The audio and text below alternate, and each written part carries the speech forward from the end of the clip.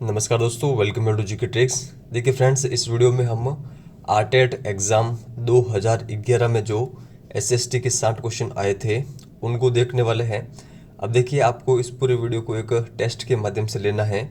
और जहाँ तक मुझे पता है कि आपका जो इस बार का जो रीट का पेपर है उसमें जो पैटर्न रहने वाला है वो आरटेट एग्ज़ाम 2011 और 2012 उनके अकॉर्डिंग रहने वाला है।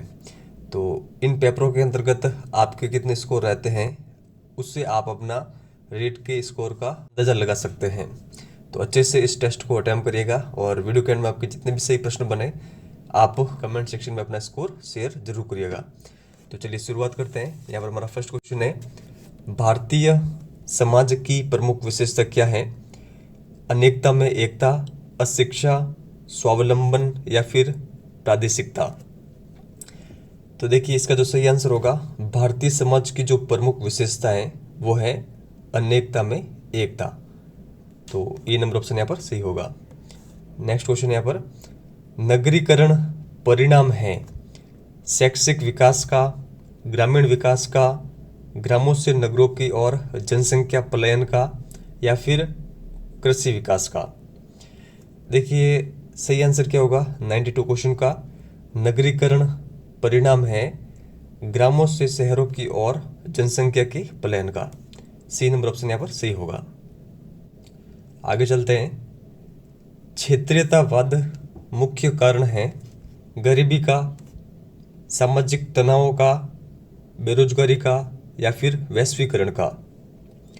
तो इसका सही आंसर क्या होगा? देखिए, क्षेत्रीयतावाद मुख्य कारण है सामाजिक तनाव का। बी नंबर ऑप्शन यहाँ पर सही आंसर होगा। सामाजिक अध्ययन के अध्यापक को विषय वस्तु के साथ साथ ज्ञान होना चाहिए। तो किसका ज्ञान होना चाहिए? शिक्षा के उद्देश्यों का, शिक्षण विधियों का, शिक्षण तकनीक का या फिर ये सभी। तो देखिए, सही आंसर क्या होगा? देखिए, इसका सही आंसर उस टाइम माना गया था, सामाजिक अध्ययन के अध्यापक को विषय वस्तु के साथ साथ में शिक्षण विधियों का ज्ञान होना चाहिए। तो इसका सही माना गया था ऑप्शन नंबर बी। आगे चलते हैं। भारत में गरीबी के लिए कौन सा कारण उत्तरदायी नहीं है वो बताना है। बेरोजगारी, तीव्र जनसंख्या वृद्धि, शिक्षा या फिर वृहद परिवार। देखिए, इसका सही आंसर होगा ऑप्शन नंबर सी, शिक्षा कभी भी गरीबी का कारण नहीं हो सकती। बाकी जितने भी यहाँ पर ये सभी गरीबी के कारण है भारत के अंतर्गत। किस हड़प्पाकालीन इमारत को सर जॉन मार्शल ने विश्व का एक अद्भुत निर्माण कहा? वृहत स्नानागार, अन्नागार, सभा भवन या फिर जो दुर्ग महल है ये। तो सही आंसर क्या होगा? देखिए, जो मोहनजोदड़ो का वृहत स्नानागार है इसको सर जॉन मार्शल ने विश्व का एक अद्भुत निर्माण कहा है। तो ये नंबर ऑप्शन यहाँ पर सही आंसर होगा। आगे यहाँ पर है, भारत में एकता में अनेकता और अनेकता में एकता है, यह कथन किसका है? एल एम बासम का, वी ए स्मिथ का, मैक्स मुलर का या फिर जवाहरलाल नेहरू का। देखिए, सही आंसर क्या होगा? वी ए स्मिथ का। आगे देखते हैं, निम्न में से किस सैंधव स्थल से अग्निकुंड के साक्ष्य हमें मिले हैं? हड़प्पा, मोहनजोदड़ो, लोथल या फिर कालीबंगा। तो देखिए, सही आंसर होगा सैंधव स्थल जिससे हमें अग्निकुंड के साक्ष्य मिले वो है कालीबंगा, जो कि हनुमानगढ़ में है। हड़प्पा और मोहनजोदड़ो पाकिस्तान में है और लोथल है गुजरात में। आगे देखते हैं, हिंद यूनानी शासकों के बारे में जानकारी का मुख्य स्रोत है यात्रियों का वृत्तांत, सिक्के, बौद्ध साहित्य या फिर जैन साहित्य। तो देखिए, इसका जो सही आंसर होगा, जो हिंद यूनानी शासक हैं इनके बारे में जो जानकारी का सबसे प्रमुख स्रोत है वो है सिक्के। बी नंबर ऑप्शन यहाँ पर सही आंसर होगा।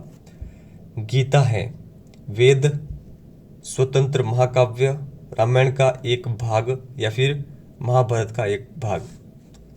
तो देखिए, सही आंसर क्या होगा? गीता किसका भाग है? महाभारत का एक भाग है। आगे चलते हैं। गुप्त काल में सुदूर पश्चिम में प्रसिद्ध व्यापारिक केंद्र था। विदिशा, पुरुषपुर, अयुच्छत्रपुर या फिर पैठन। तो देखिए सही आंसर होगा option number D, Paithan. Bharat का राष्ट्रीय चिन्ह लिया गया है, तो किससे लिया गया है? सांची स्तंभ से, या फिर सारनाथ स्तंभ से, इलाहाबाद स्तंभ से, या फिर लुम्बिनी स्तंभ से। तो देखिए सही आंसर होगा भारत का जो राष्ट्रीय चिन्ह है ये लिया गया है सारनाथ स्तंभ से। तो आप ध्यान रखिएगा। देखिए सारनाथ स्तंभ में कुल तिलियां कितनी है? ठीक है, जो बीच में चक्र है उसमें है 32 तिलियां। तो ये थोड़ा सा आप ध्यान रखिएगा। लेकिन हमारे राष्ट्रीय चिन्ह के अंतर्गत कुल जो तिलियां है वो है 24। आगे चलते हैं। लोग घरों में ताला नहीं लगाते थे, फाहियान ने किस शासक के बारे में ऐसा लिखा? रामगुप्त, चंद्रगुप्त, चंद्रगुप्त विक्रमादित्य, या फिर समुद्रगुप्त। तो देखिए इसका सही आंसर होगा option number C, Chandragupta Vikramaditya के बारे में। महाबलीपुरम के प्रसिद्ध मंदिर किस शासक के शासन के अंतर्गत बने हुए हैं? पल्लव, चोल, चालुक्य, या फिर काकतीय। देखिए सही आंसर क्या होगा? सही आंसर होगा ऑप्शन नंबर ए, जो पल्लव शासक है इनके शासनकाल में बना था महाबलीपुरम का मंदिर। भारतीय इतिहास में पहली बार लोगों के जन्म और मृत्यु का पंजीयन किस काल में किया गया था? महाजनपद काल, गुप्त काल, कुषाण काल, या फिर मौर्य काल। तो देखिए सही आंसर होगा ऑप्शन नंबर डी, मौर्य काल के अंतर्गत। आगे चलते हैं। शेख सलीम चिश्ती का मकबरा कहाँ पर स्थित है? आगरा में, दिल्ली में, फतेहपुर सीकरी में, या फिर अजमेर में। तो देखिए सही आंसर होगा शेख सलीम चिश्ती का मकबरा स्थित है फतेहपुर सीकरी के अंतर्गत। नूहे सिपहर के रचयिता कौन है? तो देखिए इस ग्रंथ के पहले ऑप्शन देख लेते हैं। अमीर खुसरो, मलिक मोहम्मद जायसी, दारा सिको, या फिर शेख निजामुद्दीन औलिया। तो देखिए जो नूहे सिपहर है ये ग्रंथ लिखा गया था अमीर खुसरो के द्वारा। दक्षिणी भारत में चिश्ती सिलसिले का प्रमुख केंद्र था गुलबर्गा, गोलकुंडा, बीजापुर, या फिर बीदर। तो देखिए सही आंसर होगा ऑप्शन नंबर ए, गुलबर्गा। संत दादू की मृत्यु किस स्थल पर हुई? सांबर में, आमेर में, नारायणा, या फिर पुष्कर। तो देखिए सही आंसर होगा नारायणा, जयपुर के अंतर्गत दादू दयाल जी की मृत्यु हुई थी। तो ये आप ध्यान रखिएगा। संत जाम्बोजी का जन्म कहाँ पे हुआ था? पिपासर, गागरोन, जेतारण, या फिर नागौर। तो देखिए इसका सही आंसर होगा ऑप्शन नंबर ए, पिपासर नागौर में जन्म हुआ था संत जाम्बोजी का। तो आप भी ध्यान रखिएगा। दस्तक शब्द से क्या तात्पर्य है? गुलामी, फैक्ट्री, बंदरगाह, या फिर शुल्क मुक्त व्यापार। देखिए सही आंसर होगा जो दस्तक है, दस्तक का अभिप्राय है शुल्क मुक्त व्यापार से। अकबर के चित्तौड़गढ़ पर आक्रमण के समय वहां का शासक कौन था? महाराणा प्रताप, महाराणा उदय सिंह, जयमल, या फिर महाराणा अमर सिंह। देखिए इसका सही आंसर होगा option number B, Maharana Uday Singh. किस मुगल बादशाह के काल को हिंदी साहित्य का स्वर्ण युग कहा जाता है? औरंगजेब, अकबर, जहांगीर, या फिर शाहजहां। तो देखिए सही आंसर क्या होगा ऑप्शन नंबर बी, अकबर के टाइम पीरियड को। आगे यहां पर है, कौन से फ्रांसीसी यात्री ने 6 बार भारत की यात्रा की? मनुची, बर्नियर, थेवनॉट, ट्रेवनियर। तो देखिए सही आंसर क्या होगा ऑप्शन नंबर डी, ट्रेवनियर। तो आप ध्यान रखिएगा, ये फ्रांसीसी यात्री थे जो कि भारत में 6 बार आए थे। आईने अकबरी में अबुल फजल ने मनसबदारों की कितनी श्रेणियों का उल्लेख किया है? तो कितने किया है? 22, 33, 44, या फिर 66। तो देखिए इसका सही आंसर क्या होगा, ऑप्शन नंबर डी 66। भारत के प्रथम स्वतंत्रता संग्राम 1857 का कानपुर में नेतृत्व किसने किया था? तात्या टोपे, लक्ष्मीबाई, नाना साहब या फिर कुंवर सिंह? देखिए इसका सही आंसर होगा ऑप्शन नंबर सी। देखिए नाना साहब ने नेतृत्व किया था 1857 की क्रांति का कानपुर में। लक्ष्मीबाई ने कहाँ पर नेतृत्व किया था? तो झांसी में। और कुंवर सिंह है, इन्होंने जगदीशपुर बिहार में क्रांति का नेतृत्व किया था। तात्या टोपे ने रानी लक्ष्मी की सहायता की थी, तो ये थोड़ा सा आप ध्यान रखिएगा।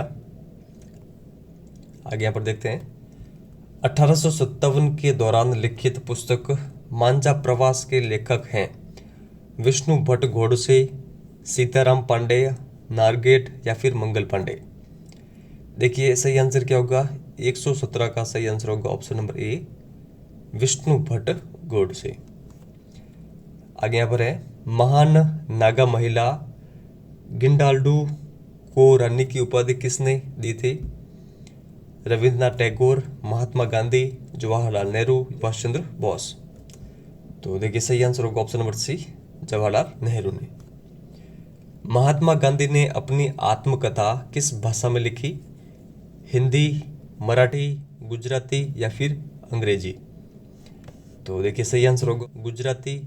आगे यहाँ पर देखते हैं, ब्रिटिश संसद ने किस वर्ष कानून पास कर ईस्ट इंडिया कंपनी के सारे अधिकार छीन लिए? 1858, 1859, 1860 या फिर 1861 में? तो देखिए 1857 की क्रांति के बाद में ये सभी जो अधिकार वो छीन लिए गए थे, यानी 1858 में। भारतीय संविधान लागू किया गया। तो देखिए भारतीय संविधान कब लागू किया गया? इन डेट में से आप अपना आंसर का चयन करें। देखिए सही आंसर होगा, भारतीय संविधान ये लागू हुआ था 26 जनवरी 1950 को। भारतीय संविधान भाग 4 अनुच्छेद 51A में नागरिकों के कितने मूल कर्तव्य वर्णित हैं? 10, 12, 15 या फिर 11? तो देखिए सही आंसर क्या होगा इसका? देखिए सही आंसर होगा 11। देखिए जो भाग 4 का है और अनुच्छेद 51A, ठीक है, 51A का है या फिर क, उसमें कुल मूल कर्तव्य हैं 11। अगर मूल संविधान की बात करें तो मूल संविधान में मूल कर्तव्य नहीं थे। 42वें संविधान संशोधन के द्वारा 10 मूल कर्तव्यों को जोड़ा गया और 86वें संविधान संशोधन के द्वारा 11वां मूल कर्तव्य संविधान में जोड़ा गया था। तो ये आप ध्यान रखिएगा। संविधान निर्मात्री सभा की पहली बैठक कब आयोजित की गई? तो देखिए आपके सामने यहाँ पर सारी डेट्स दे रखी हैं, तो इनमें से बताएं। तो देखिए इसका सही आंसर होगा, संविधान सभा की जो पहली बैठक है इसका आयोजन किया गया था 9 दिसंबर 1946 को, और इस समय संविधान सभा के अप्रत्यक्ष अध्यक्ष चुने गए थे सच्चिदानंद सिन्हा। तो आप ध्यान रखिएगा, इसके 2 दिन बाद में सेकेंड बैठक होती है, यानी 11 दिसंबर को, और 13 दिसंबर को तीसरी बैठक होती है। और तीसरी बैठक में जवाहरलाल नेहरू उद्देश्य प्रस्ताव रखते हैं। भारतीय संविधान में 44वें संविधान संशोधन के पश्चात मूल अधिकारों की संख्या है 6, 7, 8 या फिर 5? तो देखिए 44वें संविधान संशोधन के द्वारा एक मूल अधिकार को हटा दिया गया था, उसके बाद में संख्या रह गई थी 6 मूल अधिकार, ठीक है। तो आप ध्यान रखिएगा, ऑप्शन नंबर ए सही आंसर होगा। जो संपत्ति का मूल अधिकार था उसको हटा दिया गया था। भारतीय संविधान की कौन सी विशेषता नहीं है? प्रजातांत्रिक पद्धति, मूल अधिकार एवं कर्तव्य, प्रत्येक नागरिक को रोजगार की सुरक्षा, न्यायपालिका? देखिए प्रजातांत्रिक पद्धति, मूल अधिकार और कर्तव्य और स्वतंत्र न्यायपालिका, ये सभी भारतीय संविधान की प्रमुख विशेषताओं के अंतर्गत शामिल होते हैं। ऑप्शन नंबर सी यहाँ पर सही आंसर होगा, ये भारतीय संविधान की विशेषता नहीं है। राजस्थान से लोकसभा के लिए निर्वाचित सदस्यों की संख्या है 21, 26, 30 या फिर 25? तो देखिए सही आंसर होगा 25। भारत का राष्ट्रपति चुना जाता है भारत के नागरिकों के द्वारा संसद के दोनों सदनों एवं राज्य विधानसभा के निर्वाचित सदस्यों के द्वारा, या फिर प्रधानमंत्री एवं मंत्रिपरिषद के सदस्यों के द्वारा, या फिर समस्त मुख्यमंत्रियों के द्वारा। तो देखिए इसका सही आंसर क्या होगा? इसका सही आंसर होगा ऑप्शन नंबर बी, संसद के दोनों सदनों एवं राज्य विधानसभा के निर्वाचित सदस्यों के द्वारा। देखिए ओल्ड पेपर का जो प्रैक्टिस करने का एक फ़ायदा क्या होता है कि ओल्ड पेपर के जो ये क्वेश्चन है ये वापस बार बार रिपीट होते हैं। देखिए 2011 का जो ये पेपर है इसका ये question as it is REET exam 2018 में वापस रिपीट हुआ था। तो आप ओल्ड पेपर बार बार देखा करें, और इससे देखिए आपको 4-5 क्वेश्चन ऐसे होते हैं जो कि आपके एग्ज़ाम में मिल जाते हैं, तो इसलिए ये इम्पोर्टेंट देखने। आगे देखते हैं, भारत का सर्वोच्च सेनापति कौन है? प्रमुख सेनाध्यक्ष, मुख्य न्यायाधीश, राष्ट्रपति या फिर प्रधानमंत्री? देखिए सही आंसर होगा राष्ट्रपति। भारत में सर्वोच्च न्यायालय के मुख्य न्यायाधीश की नियुक्ति कौन करता है? उपराष्ट्रपति, राष्ट्रपति, प्रधानमंत्री या फिर राष्ट्रपति एवं प्रधानमंत्री? देखिए सही आंसर होगा, नियुक्ति के संबंध में अगर बात आए सर्वोच्च न्यायालय के मुख्य न्यायाधीश की, तो ये करता है राष्ट्रपति। तो आप ये ध्यान रखिएगा। और देखिए जो मुख्य न्यायाधीश के अलावा भी जितने भी न्यायाधीश हैं सर्वोच्च न्यायालय के, इसके अलावा उच्च न्यायालय के जो मुख्य न्यायाधीश और न्यायाधीश है, इन सभी की नियुक्ति भी राष्ट्रपति ही करता है। ये फैक्ट भी आप जरूर ध्यान रखिएगा। कुछ स्टूडेंट कन्फ्यूज हो जाते हैं क्योंकि राज्य में अधिकतर जो काम है वो राज्यपाल करता है, लेकिन राज्य के उच्च न्यायालय के जो मुख्य न्यायाधीश और न्यायाधीश है उनकी जो नियुक्ति है वो राष्ट्रपति करता है, ना कि राज्यपाल। ये थोड़ा सा आप ध्यान रखिएगा। राज्यसभा का सभापति कौन होता है? उपराष्ट्रपति, विपक्ष का नेता, गृह मंत्री, राज्यसभा के सदस्यों द्वारा निर्वाचित व्यक्ति? तो इसका सही आंसर क्या होगा? देखिए इसका सही आंसर होगा ऑप्शन नंबर ए, उपराष्ट्रपति राज्यसभा का सभापति होता है। उपराष्ट्रपति का कार्यकाल कितना होता है? 5 वर्ष। और देखिए जो राज्यसभा के बाकी जितने भी सदस्य हैं उन सभी का कार्यकाल होता है 6 वर्ष का। तो आप ये थोड़ा सा ध्यान रखिएगा। पृथ्वी का सबसे बड़ा महाद्वीप है, एकदम कॉमन क्वेश्चन है, तो आप बताइए इसका सही आंसर क्या होगा? देखिए पृथ्वी का सबसे बड़ा महाद्वीप है ऑप्शन नंबर सी, एशिया। तो आप ये ध्यान रखिएगा, एशिया के बाद में सेकंड सबसे बड़ा महाद्वीप कौन सा है? तो ये है अफ्रीका। अफ्रीका के बाद में है उत्तरी अमेरिका। और सबसे छोटा महाद्वीप कौन सा है? तो सबसे छोटा महाद्वीप है ऑस्ट्रेलिया। तो ये थोड़ा सा आप ध्यान रखिएगा। यू आकार की घाटियाँ निर्मित होती हैं किन के द्वारा? नदियों के द्वारा, हिमानी द्वारा, हवाओं द्वारा या फिर भूमिगत जल के द्वारा? तो देखिए सही आंसर क्या होगा? इसका सही आंसर होगा यू आकार की जो घाटियाँ हैं ये निर्मित होती है हिमानी द्वारा। परतें किन चट्टानों में होती है? आग्नेय चट्टानों में, रूपांतरित चट्टानों में, अवसादी चट्टानों में या फिर ये सभी? तो देखिए जो परतें हैं ये होती है हमेशा अवसादी चट्टानों के अंतर्गत। यानी देखिए अवसादी चट्टानें वही हैं जो जैसे कि आग्नेय चट्टान है, आग्नेय चट्टान अगर टूटकर कहीं दूसरी जगह जाकर बिछ जाती हैं, रूपांतरित चट्टानें भी उसके ऊपर आकर ऐसे बिछ जाती हैं।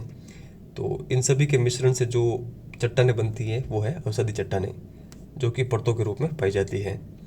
तो ये आप ध्यान रखिएगा, 133 का सही होगा ऑप्शन नंबर सी। वायुमंडल की सबसे निचली परत कौन सी है? देखिए वायुमंडल की सबसे निचली परत है, ऑप्शन देखते पहले, समताप मंडल, क्षोभ मंडल, ओजोन मंडल या फिर आयन मंडल?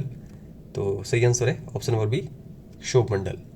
और देखिए जो अधिकतर 99% जो मौसमी घटनाएं हैं वो क्षोभ मंडल में ही होती है। तो इस कारण इस मंडल में वायुयान नहीं उड़ते हैं। तो वायुयान किस मंडल में उड़ते हैं? समताप मंडल के अंतर्गत। और समताप मंडल के अंतर्गत ही ओजोन परत है जो कि सूर्य से आने वाली पराबैंगनी किरणों से हमारी रक्षा करती है। तो ये थोड़ा सा आप ध्यान रखिएगा। विश्व में सर्वाधिक लवणता वाला सागर कौन सा है? लाल सागर, अरब सागर, मृत सागर या फिर बाल्टिक सागर? तो देखिए इसका सही आंसर होगा ऑप्शन नंबर सी, मृत सागर। भारत का कौन सा प्रदेश प्राचीन गोंडवाना भूभाग से संबंधित हैं? हिमालय, गंगा का मैदान, थार मरुस्थल, दक्षिण का पठार। तो देखिए इसका सही आंसर क्या होगा? इसका सही आंसर होगा ऑप्शन नंबर डी। दक्षिण का जो पठार है ये गोंडवाना लैंड का भूभाग है। सुंदर वृक्ष किस प्रकार के वनों में पाया जाता है? ज्वारी वन, शीतोष्ण वन, मरुस्थलीय वन या फिर भूमध्य सागरीय वन। तो देखिए इसका सही आंसर क्या होगा? जो सुंदर वृक्ष हैं यह पाए जाते हैं ज्वारीय वनों के अंतर्गत। उत्तरी भारत में शीतकालीन वर्षा का कारण क्या है? दक्षिणी पश्चिमी मानसून, पश्चिमी चक्रवातीय विक्षोभ, शीतलहर या फिर ये सभी। तो देखिए सही आंसर होगा ऑप्शन नंबर बी। पश्चिमी जो चक्रवातीय विक्षोभ हैं ये उत्तरी भारत में शीतकालीन वर्षा करते हैं, जिसे कि मावट कहा जाता है, जो कि गेहूं की फसल के लिए काफ़ी अधिक लाभप्रद है। आगे यहाँ पर है, सिंदरी किसके उत्पादन के लिए प्रसिद्ध हैं? पेट्रो रसायन, सूती वस्त्र, रासायनिक उर्वरक या फिर सीमेंट। तो देखिए सही आंसर होगा ऑप्शन नंबर सी, रासायनिक उर्वरक। भाखड़ा नांगल परियोजना किस नदी पर स्थित है? सतलज, गंगा, रावी या फिर व्यास। तो देखिए सही आंसर होगा भाखड़ा नांगल जो परियोजना है, जो कि पंजाब, हरियाणा और राजस्थान के मध्य में है, ये स्थित है सतलज नदी पर। तो ऑप्शन नंबर ए इसका सही आंसर होगा। तो आप ये ध्यान रखिएगा। राजस्थान में सोयाबीन के प्रमुख उत्पादक जिले हैं, तो कौन कौन से हैं? गंगानगर, हनुमानगढ़, कोटा, बारा, बूंदी, टोंक, जयपुर, दौसा। तो इसका सही आंसर क्या होगा? देखिए इसका सही आंसर होगा ऑप्शन नंबर बी, कोटा और बारा। अब देखिए ये क्वेश्चन जो आरपीएससी फर्स्ट ग्रेड के एग्जाम हुए थे, जिसके अंतर्गत सेकंड पेपर में ज्योग्राफी में ये क्वेश्चन आया हुआ है। तो ये क्वेश्चन बार बार रिपीट होते हैं, तो आप अधिक से अधिक ओल्ड पेपर सॉल्व करें। आगे देखते हैं, राजस्थान के किस जिले में टंगस्टन का उत्पादन होता है? भीलवाड़ा, उदयपुर, नागौर या फिर जयपुर। तो देखिए सही आंसर क्या होगा? राजस्थान के नागौर जिले के अंतर्गत सर्वाधिक टंगस्टन का उत्पादन होता है। तो ऑप्शन नंबर सी इसका सही आंसर होगा। वर्षा जल संग्रहण लाभदायक है सिंचाई के लिए, कृषि के लिए, जल विद्युत उत्पादन के लिए या फिर भूमिगत जल स्तर सुधारने के लिए। तो देखिए इसका सही आंसर क्या होगा? इसका सही आंसर होगा ऑप्शन नंबर डी, भूमिगत जल स्तर सुधारने के लिए। राजस्थान में राष्ट्रीय राजमार्ग 15 पर स्थित नगर हैं। तो आपके सामने ऑप्शन दे रखे हैं, इनमें से बताइए कौन सा सही होगा। तो देखिए इसका जो सही आंसर है, NH 15 पर स्थित जो नगर हैं वो है गंगानगर, बीकानेर, जैसलमेर और बाड़मेर। और ये सेम क्वेश्चन रिपीट हुआ था रीट एग्जाम 2018 में। अरावली का दूसरा उच्चतम शिखर है? जरगा, शेर, तारागढ़ या फिर अचलगढ़। देखिए सही आंसर होगा जो ऑप्शन नंबर बी यहाँ पर दे रखा है, शेर। ये अरावली का दूसरा उच्चतम शिखर है। तो ये आप ध्यान रखिएगा, पहला कौन सा है? पहला है गुरु शिखर, दूसरा है शेर, और तीसरा कौन सा है? तीसरा है दिलवाड़ा, चौथा है यहाँ पर ये दे रखा है जो जरगा उदयपुर में है, और पांचवा है अचलगढ़। देखिए जो पहली तीन है यानी गुरु शिखर, शेर और जो दिलवाड़ा है, ये तीनों सिरोही में है, ये उदयपुर में है और अचलगढ़ भी सिरोही में है। तो ये भी आप थोड़ा सा ध्यान रखिएगा, तारागढ़ अजमेर के अंतर्गत है। 1857 की क्रांति के समय कोटा का शासक कौन था? देखिए प्रश्न कई बार के एग्जाम में आ चुका है, तो इसका सही आंसर क्या होगा? देखिए राम सिंह प्रथम तो नहीं होगा, माधो सिंह प्रथम भी नहीं होगा, और उम्मीद सिंह प्रथम भी इसका आंसर नहीं है। इसका सही आंसर है option number B, Maharao Ram Singh द्वितीय। प्रसिद्ध सालिम सिंह की हवेली स्थित है? नवलगढ़ में, मुकुंदगढ़ में, पिलानी में या फिर जैसलमेर में। देखिए सालिम सिंह की जो हवेलियां हैं ये स्थित हैं जैसलमेर में। तो आप ये ध्यान रखिएगा, पटवों की हवेली भी जैसलमेर में ही है। किस जिले में गोगा मेड़ी मेला लगता है? तो देखिए जो गोगा जी का गोगा मेड़ी मेला है ये कहाँ पे लगता है? बीकानेर, गंगानगर, हनुमानगढ़ या फिर चूरू? तो इसका सही आंसर होगा ऑप्शन नंबर सी, हनुमानगढ़ के अंतर्गत। और दादरी व चूरू में भी गोगा जी का मेला लगता है, तो आप ये थोड़ा सा ध्यान रखिएगा। वह किला जिस पर अंग्रेज जनरल लॉर्ड लेक ने 5 बार चढ़ाई की परंतु सफल नहीं हुए, तो ये कौन सा किला है? लोहागढ़ भरतपुर, बाला किला अलवर, मांडलगढ़ जो कि भीलवाड़ा में है, अचलगढ़ अबू सिरोही? तो सही आंसर होगा option number A, Lohagarh Bharatpur. और ये हमारा अंतिम प्रश्न है, मेवाड़ प्रजामंडल के प्रथम अध्यक्ष थे? देखिए रीट के अलावा ये कई बार के एग्जाम में आने वाला प्रश्न है। तो मेवाड़ प्रजामंडल के जो प्रथम अध्यक्ष थे वो थे Balwant Singh Mehta. Option number B यहाँ पर सही आंसर होगा। तो फ्रेंड्स आपका जितना भी स्कोर रहा है इन 60 क्वेश्चनों में से, वो आप कमेंट सेक्शन में अपना स्कोर जरूर शेयर करें।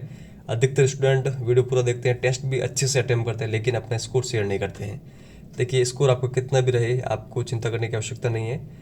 हमेशा अपना स्कोर शेयर करें, तभी आपका स्कोर बढ़ेगा, क्योंकि इससे हम भी ये कोशिश करते हैं कि आज मेरे इतने नंबर आए तो नेक्स्ट पेपर में हमारा इससे भी अच्छा स्कोर रहना चाहिए। और देखिए आप सभी के लिए एक क्लास आने वाली है जो कि मेरे हिसाब से सबसे अधिक महत्वपूर्ण है, वो है स्प्रिंग बोर्ड अकेडमी की, जो हमने 20 क्लासेस ली थी, जिसके अंतर्गत हमने कंप्लीट राजस्थान जी के कवर किया है। और कुछ भी उस क्लासेस के अंतर्गत, उन क्लासेस के अंतर्गत छूट नहीं रहा है, तो उन सभी क्लासेस को मर्ज करके एक वीडियो आपके लिए रेडी हो रहा है। ठीक है, मैराथन वीडियो है, लगभग 4 या 5 घंटे का वो वीडियो रहने वाला है, लेकिन इतने कम समय के अंतर्गत आप का जो 20 टॉपिक का रिवीजन है वो हो जाएगा, यानी कंप्लीट राजस्थान जीके का रिवीजन होगा। अगर देखिए हम एक छोटी सी बुक भी लेके बैठ जाएं, उनमें केवल 2 या 3 टॉपिक हम 1-2 घंटे के अंतर्गत पढ़ लेते हैं, इससे अधिक हम नहीं पढ़ पाते हैं। लेकिन 4-5 घंटे के अंतर्गत पूरा राजस्थान जीके कवर होना, और उसमें भी कुछ भी नहीं छूटना, सब कुछ रिवीजन हो जाना। तो ये वीडियो आपके लिए इम्पोर्टेंट रहेगा, तो आप इसे ज़रूर देखिएगा। जब भी आपके सामने बनकर रेडी होकर यूट्यूब पर आए, तब आप इसको एक बार देख लीजिएगा।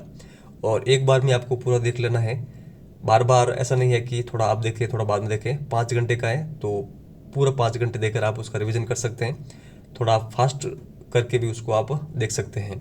लेकिन आपको एक बार इसका रिवीजन ज़रूर करना है। जब भी देखिए रीट का एग्ज़ाम होगा, उसमें आपको 1% प्लस क्वेश्चन आपको स्प्रिंग बोर्ड के इस एक वीडियो के माध्यम से आपको देखने को मिल जाएंगे। तो आप इसको एक बार ज़रूर देखिएगा। और ये मैं किस आधार पर कह रहा हूँ कि देखिए जो हाल में लैब असिस्टेंट का चाहे पेपर हो, या फिर ASO का जो हाल में पेपर हुआ है, इसके अलावा जो कंप्यूटर अनुदेशक की भर्ती हुई है, उनमें अधिकतर प्रश्न जो थे वो स्प्रिंग बोर्ड अकेडमी की जो हमने सीरीज ली थी उसमें शामिल है। तो रीट में भी देखिए यहाँ से प्रश्न बनेंगे, क्योंकि मैंने कुछ भी नहीं छोड़ा है, और स्प्रिंग बोर्ड का जो मटेरियल है वो वैसे भी काफ़ी अधिक इंपॉर्टेंट है। तो इस वीडियो में इतना ही। वीडियो अगर आपको ये हेल्पफुल लगा हो तो लाइक शेयर जरूर करिएगा, अपने अधिक से अधिक फ्रेंड को इस टेस्ट के बारे में सजेस्ट जरूर करिएगा। धन्यवाद।